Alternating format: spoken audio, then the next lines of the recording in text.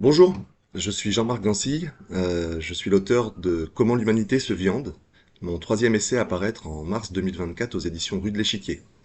Ce troisième essai clôture une trilogie que j'ai consacrée aux questions écologistes et animalistes. Dans mon premier ouvrage, Ne plus se mentir, j'ai abordé les illusions vertes de l'écologie mainstream. Le second traitait de l'oppression systémique et historique que subissent les animaux. Et dans ce troisième ouvrage, je fais la synthèse et le prolongement de ces deux réflexions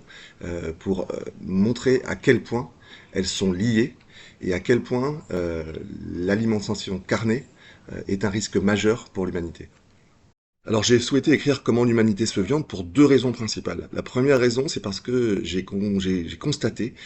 que les questions de l'empreinte écologique de l'élevage et de la pêche sont largement ignorées du plus grand nombre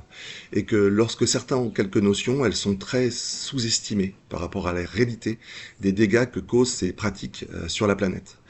Et la seconde raison qui m'a amené à écrire cet ouvrage, c'est que j'ai pu constater au fil de mes discussions avec des leaders politiques, des militants, des acteurs professionnels de ces questions ou même le grand public, que généralement les questions de l'écologie et de la condition animale sont envisagées séparément,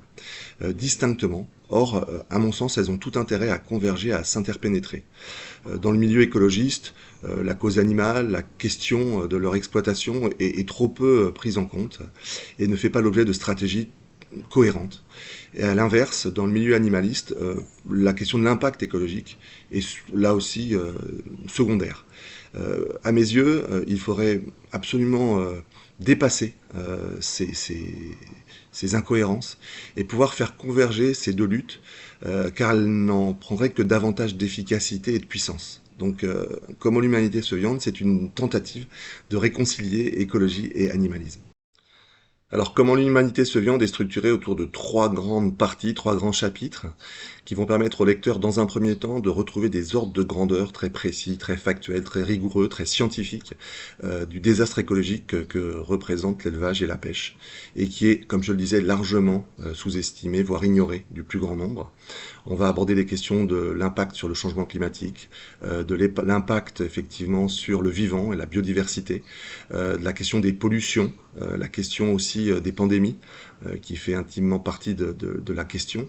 Et donc on va remettre un peu l'église au centre du village et remettre aussi un certain nombre de faits et de chiffres en avant pour montrer que la question de l'exploitation animale est loin d'être anecdotique par rapport à celle qu'on met toujours en exergue dans la lutte écologiste, qui est celle de la sortie des énergies fossiles. Moi, je plaide au contraire pour que l'on comprenne et que l'on considère qu'aujourd'hui, la question de l'élevage et de la pêche, qu'il soit intensif ou extensif, est, on va dire, un enjeu aussi important à prendre en compte parce qu'il a des ravages, on va dire, de très nombreux ordres et qui vont avoir eux aussi des conséquences, on va dire, décisives pour notre avenir. Dans le second chapitre de cet ouvrage, alors je vais débunker un certain nombre d'idées reçues qui sont permanentes, qui sont systématiques lorsqu'on aborde ces questions avec des gens qui n'ont pas encore vraiment pris conscience de tout ça. Et on va prendre un peu les arguments que la filière viande, que l'agrobusiness développe avec force publicité et lobbying pour les déconstruire. Que ce soit la question du stockage du carbone dans les sols, que ce soit la question du manger moins mais mieux,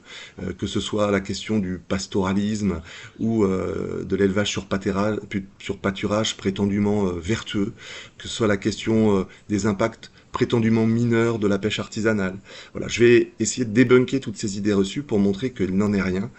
et que exploitation intensive et extensive, on va dire, s'interpénètre pour détruire la planète dans les grandes largeurs. Et que ce beau discours, en tout cas ce discours mensonger que nous livrent les acteurs de la filière viande, mérite un exercice d'esprit critique pour remettre un peu les choses à leur place et considérer qu'effectivement aujourd'hui, à l'instar des industries du tabac ou des énergies fossiles, celle de la filière viande, ce secteur-là, nous manipule et parvient à, on va dire, forger des imaginaires qui sont très loin de la réalité. Et puis dans un troisième temps, je vais m'employer à esquisser un chemin de sortie du carnisme, de sortie de l'alimentation carnée qui ravage la planète, pour montrer comment on peut imaginer pouvoir rétablir un peu de justice par rapport aux animaux non humains, et surtout retrouver la conscience des limites planétaires et éviter de continuer à dégrader notre milieu de vie comme nous le faisons par ces pratiques alimentaires. Au final, Comment l'écologie se viande sera l'un des premiers ouvrages consacrés exclusivement à la question de l'impact écologique de notre alimentation carnée. Ça manquait dans le paysage parce que généralement les ouvrages qui traitent de ces questions-là, de la question animale ou de son exploitation, sont vus sous un angle éthologique, de la cognition, on va dire de la philosophie morale, ou abordent principalement des questions éthiques. Pour ce qui est de Comment l'humanité se viande, eh bien on va vraiment se focaliser sur la question écologique. Et je crois que ça faisait défaut aujourd'hui. Il y a beaucoup de conversations à table, notamment entre amis, ou beaucoup de débats médiatiques qui se saisissent de cet enjeu-là, mais qui l'abordent de façon très superficielle. Et j'entends apporter vraiment au débat une somme d'informations très factuelles, qui, je l'espère, pourront provoquer moult controverses et faire progresser les consciences sur ce sujet.